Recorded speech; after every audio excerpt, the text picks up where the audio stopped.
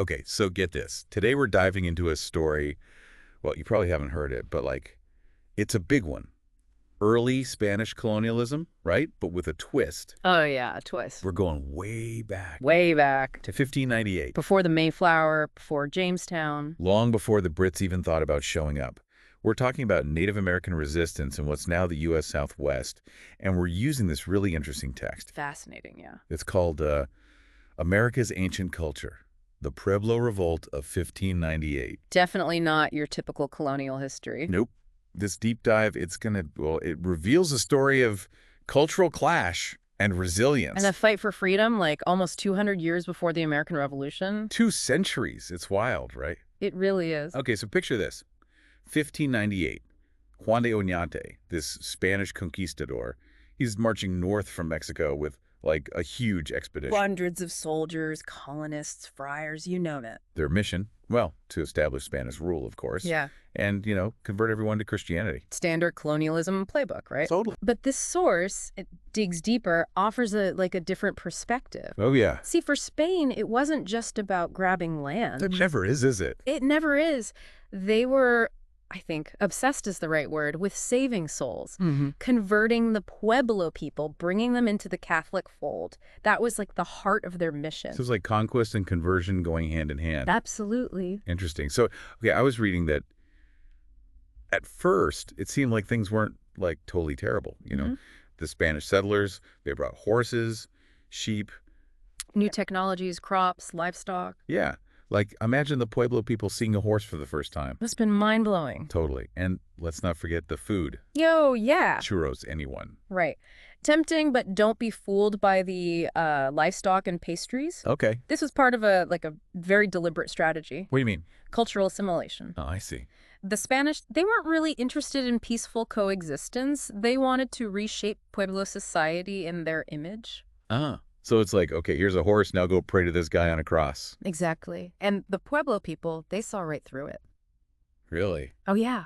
The source talks about how they resisted, subtly, clinging to their own traditions in secret. Even while they were outwardly adopting some Spanish customs, they were incredibly smart about it. So it's like this, undercurrent of resistance. Yeah, like a quiet defiance.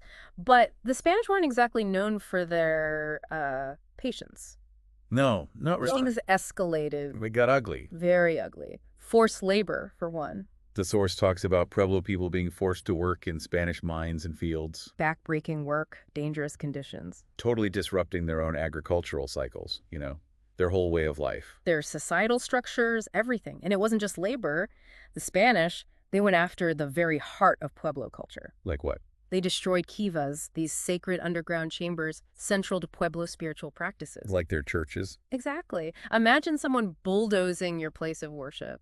That's just awful. It was a direct attack on their beliefs, their identity. So this all leads to, this is where things get really bad. Tragic, really. The Acoma Massacre of 1599. A turning point. More than 800 Acoma men, women, and children killed by the Spanish. A horrific act of violence. Just reading about it sends chills down my spine, honestly. It was a message, a brutal one. The Acoma Massacre, it revealed the true face of Spanish benevolence, Yeah. And it really fueled Pueblo resistance. But even after that, the Spanish still held all the power, didn't they? Militarily, yes.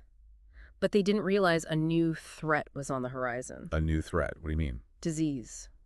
Smallpox. Oh, right. Smallpox ravaged native populations all across the Americas. It was devastating. The source doesn't give specifics about the Pueblo people, but we know from other historical accounts that smallpox tore through the Southwest, killing countless people who had no immunity. It's like this horrific, unintended consequence of colonialism, A tragic example of how disease can become a weapon, even if it's not intentional. So, okay, we've got forced labor, religious persecution, massacres, and now disease. It's hard to imagine how the Pueblo people survived all of that. It really is. Yeah. But they did more than survive. They resisted. And they fought back. Which brings us to the Pueblo Revolt of 1680. This was a huge deal, right? A watershed moment. Decades of simmering resentment, small acts of defiance, and then bam, this massive coordinated uprising. They drove the Spanish out of their territory. Out completely. For 12 years. Can you believe that? That's incredible. 12 years, that's unheard of in colonial North America. It really is. So what made this revolt different? What finally tipped the scales? Well, the source highlights a few key factors, like the role of spiritual leaders. There was that one medicine man, right? Pope. Yes, Cope. He traveled from village to village, uniting the Pueblo people under a common cause. It was an amazing feat of, like, coordination and strategy, really. So they weren't just fighting back. They were planning, organizing. They had a vision, a strategy, a shared goal. Freedom. And they achieved it, at least for a while. They did. The Pueblo Revolt, it's a testament to the enduring strength of the human spirit. It reminds us that even in the face of overwhelming odds, hope and resistance can prevail, and it forces us to re-examine our understanding of history, you know. We mean? Well, history is more than just dates and battles and names. It's about people, about their courage and their struggles and their triumphs. And the Pueblo Revolt, it's a story that deserves to be heard. I agree. It's a story that challenges us to think differently about power and resistance and, what it means to fight for your freedom. It's a story that's both inspiring and, honestly, a little bit heartbreaking. Because even though the Pueblo people successfully drove out the Spanish in 1680, their struggle didn't end there. The Spanish eventually returned, and the Pueblo people faced new challenges, new forms of oppression. So it's like this ongoing struggle. A fight for cultural survival that continues to this day, and that's something we need to remember. The legacy of colonialism, it's not just in the past, it's woven into the fabric of our present. It makes you wonder, what can we learn from the Pueblo people?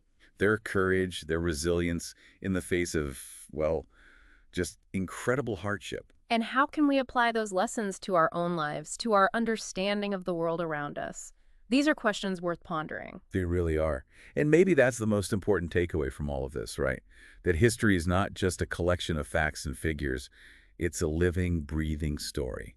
And it's up to us to listen, to learn, and to carry those lessons forward. Couldn't have said it better myself. So the next time you hear about colonialism or resistance or the fight for freedom, think about the Pueblo people. Think about their story, because it's a story that has something to teach us all. Absolutely. And that's a wrap on this deep dive.